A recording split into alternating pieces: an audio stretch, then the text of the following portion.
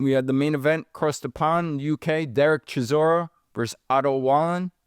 Chisora, 41 years old, did what he does, right? He made it ugly, gritted it out, showed his aggression, showed his heart and his resilience, and he wins a unanimous decision against Otto Wallin.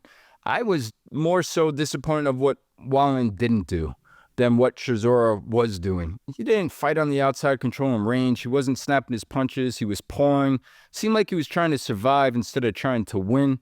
But credit to Chisora.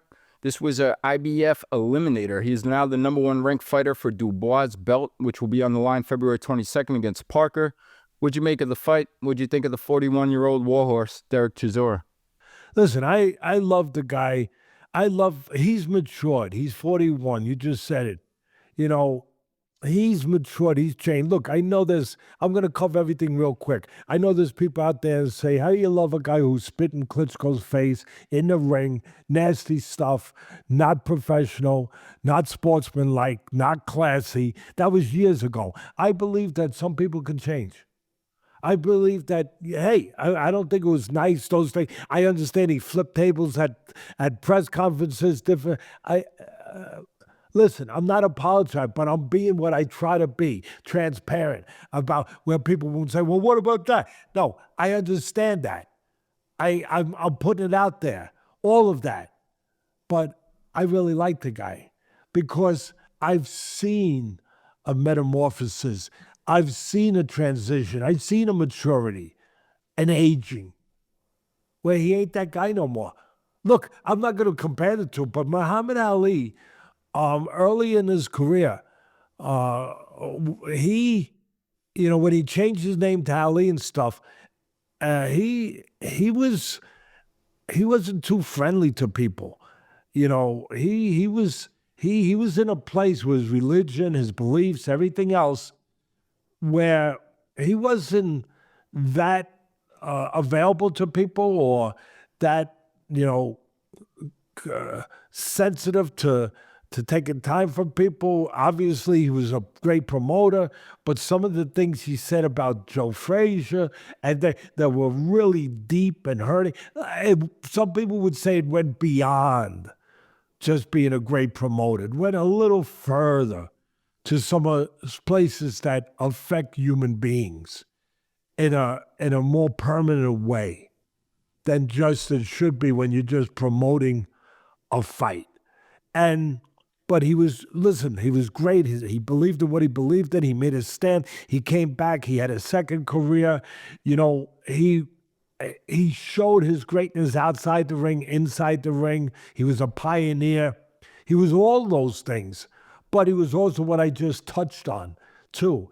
And then as he got older, you could have a line of people, Bud, waiting. And of course, he was getting sick.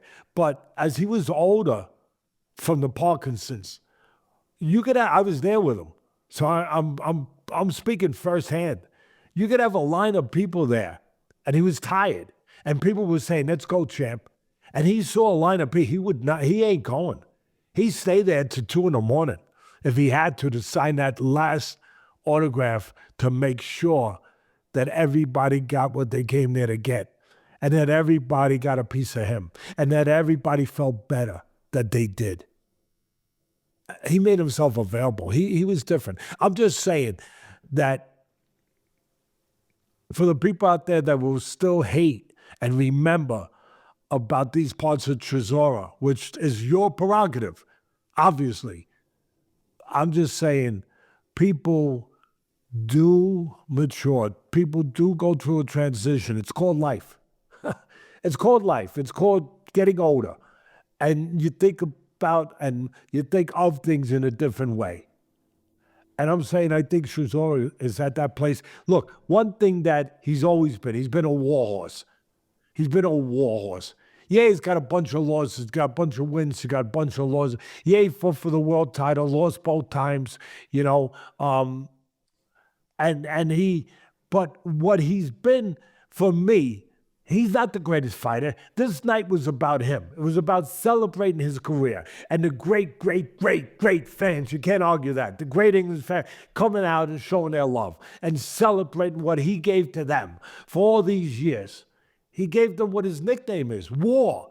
Nobody got a more fitting nickname, War, because that's what he did. Sometimes I think he cared more about living up to that nickname than winning a fight.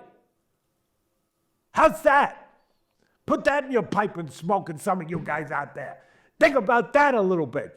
But I do. I think that he wanted to satisfy that name. He wanted to satisfy the people. He wanted to show that he was worthy of their love, of their being there and their devotion by going to war that you could count on. What am I counting on tonight? I just paid 60 pounds, 200 pounds, and I got a couple, I just had a couple pints all across the street, and I'm going over to the arena to see our man, Chisora, tonight. What do you expect? You expect he's going to win? I expect it's going to be a war. I expect we're going to get our money's worth. I think that it became that for him. And nobody else is going to go down this road with this. But it's my road. It's the road I believe. Don't mean I'm right. But I think I have enough proof to be pretty damn sure I got a good shot to be right. From the way he's lived his life, the way his career went. So this night was about celebrating all of that. And he didn't disappoint. He went to war. That's all he knows. But he's 41. He almost fell going up the steps. Anybody notice that? Getting in the ring, he almost fell. I didn't see that. Yeah, he almost fell. And it wasn't Joe Biden. Okay? He almost fell getting in the ring. And I dare some idiot out there making political because I said that. I dare you. Get ahead. If you want to get, we're going to start, by the way, we're doing a lot of new things. We're going to start giving the dumpsy, we're going to call it the dumpsy, like the dummy award. Whoever's the biggest award, dummy of the month. We're going to start handing that out. How's that? We're going to start a little thing. The dummy award. How you like that, Richie? The dunce hat. Remember in the old days, they made you wear a dunce hat? Well, we're going to, like that. Richie goes like this. Yeah, like that. We're going to come up with we're going to bring back the dunce hat for some dunces out there. Look, the atmosphere was set. Hollywood couldn't have scripted it better. Where it was about this night for his send-off, possibly his last fight. He's 49 fights. He wants to 50. We get it. But his last fight possibly in England, in the UK. So everyone came out. Here's the problem. It was great. It went like a Hollywood script. It was unbelievable. He gets 2 knockdowns. He comes in, goes to war. The other guy, Wallen, looked like he was part of the script. I'm not accusing him of just taking the money. I'm not doing that. I'm not going there. But I'm just saying he didn't throw one punch with bad intentions. He didn't throw one punch, to your point, pity patter, like to survive, like keep them off me punches. Don't hit me punches. I won't hit you, you don't hit me.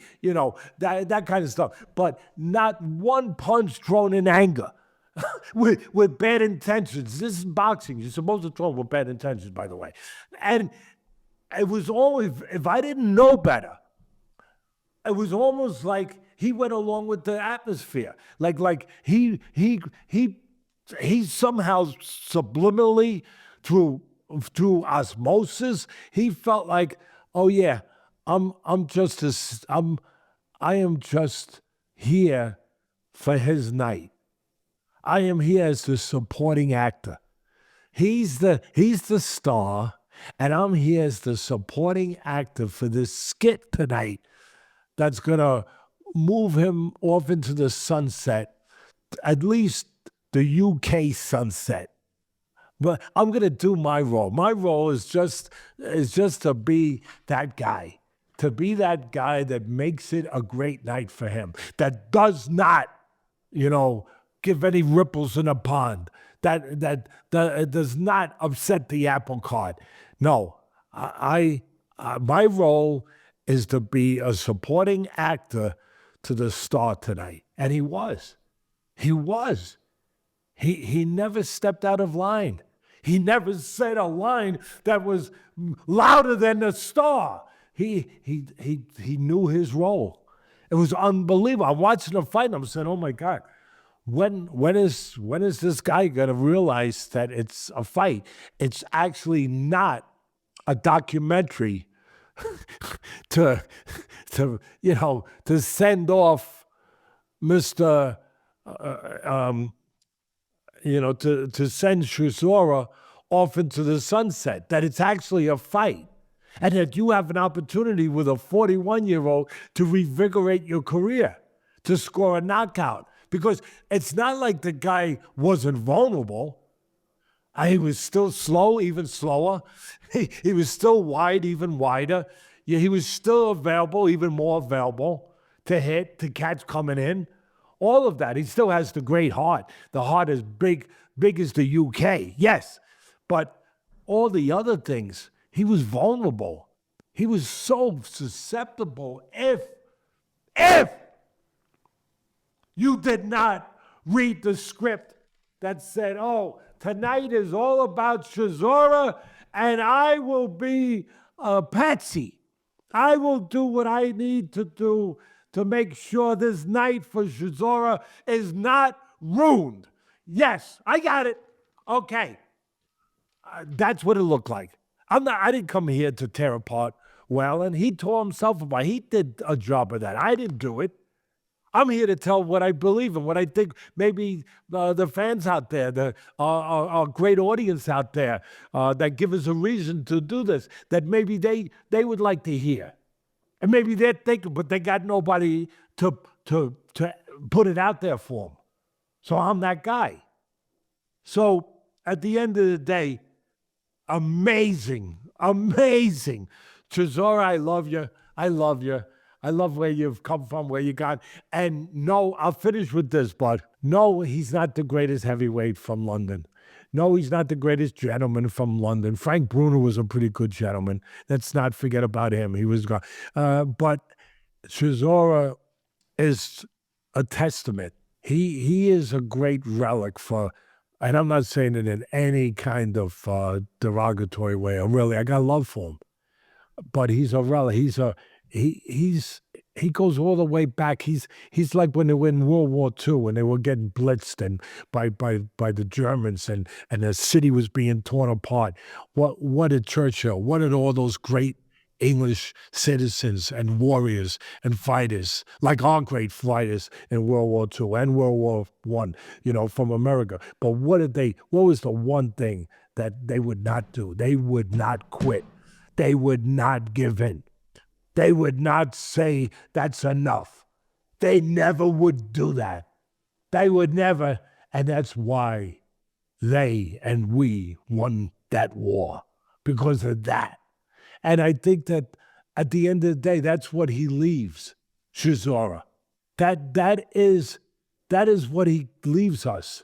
No matter what happens in his 50, and I'll tell you, this would have been a perfect way to walk off to the sunset. It ain't going to get more perfect, because if he goes for that 50 and then fights one of those three guys he's talking about, that might not be too pretty. That might not be, but I'm not going to go there right now, because he deserves his day, and he's getting his day from me. Yeah, Dubois, Joshua, or Usyk.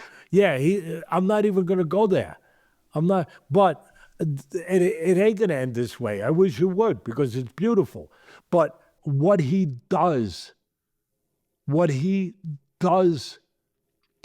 get remembered for, what he does illustrate, what he's always been. Again, not the greatest English fighter, not the guy, but a guy who reminds us that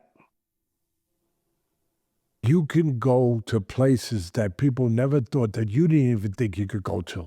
That maybe you weren't genetically born with the quick, swift stuff and the real slick stuff and those kind of talents, but you can go to great places if you are willing to go further than you ever thought you could go, if you're willing to take that risk, if you're willing to go to a place that you have never been before, you just never been there. I don't know. Can I do this? Can I go there? I think I went pretty far. Can I go there? If you're willing, if you have that one attribute, you're willing to go somewhere that there is no guarantee that you can get there. There is no guarantee you'll come back from there. There is no roadmap that even tells you what's there or how to go, except your desire to find out. That's what Derek Chisora means to me. And I think to all the great English fans out there, if you're willing to find out how far you can go, Derek Chisora teaches us that and reminds us of that. That's his greatness. That's his greatness.